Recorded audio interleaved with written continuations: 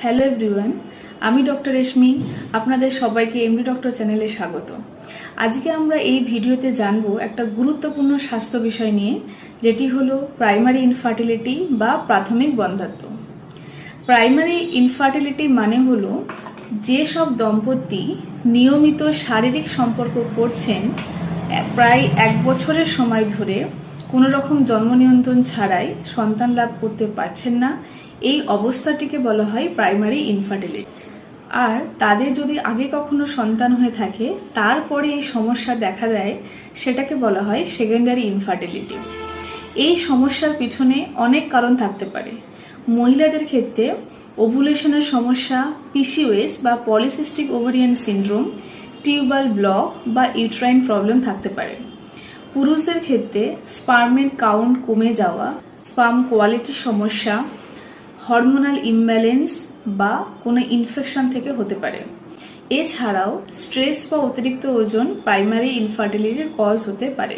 বন্ধ্যাত্ব শুধু শারীরিক সমস্যা নয়, এটা একটা মানসিক দিক থেকেও বড় চ্যালেঞ্জ। প্রত্যাখ্যান, হতাশা, আত্মবিশ্বাস হারানো, এইসব অনুভূতি পুরুষ ও মহিলাদের মধ্যে দেখা যেতে পারে। এই সময় স্বামী স্ত্রী একসাথে থেকে সিদ্ধান্ত নেওয়া খুবই জরুরি।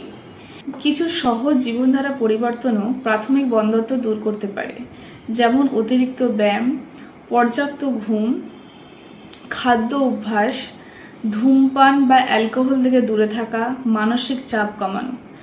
অনেক পেশেন্ট এসে বলে, শুনতে হাস্যকর মনে হলো, বন্ধ্যাত্ব মানে মেয়েদের সব দোষ, মানত করলেই সন্তান ধারণ করা যায়।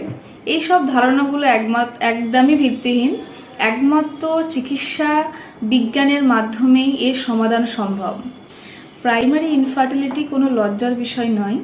আপনি শুধু একা নন, বহু মানুষ এই সমস্যার মুখোমুখি হন।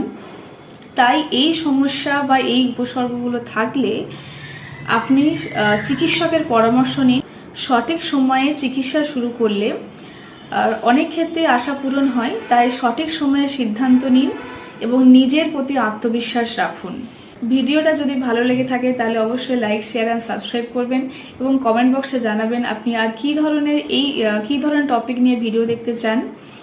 দেখা হবে নতুন একটা ভিডিওতে। ততদিন সুস্থ থাকবেন, ভালো থাকবেন।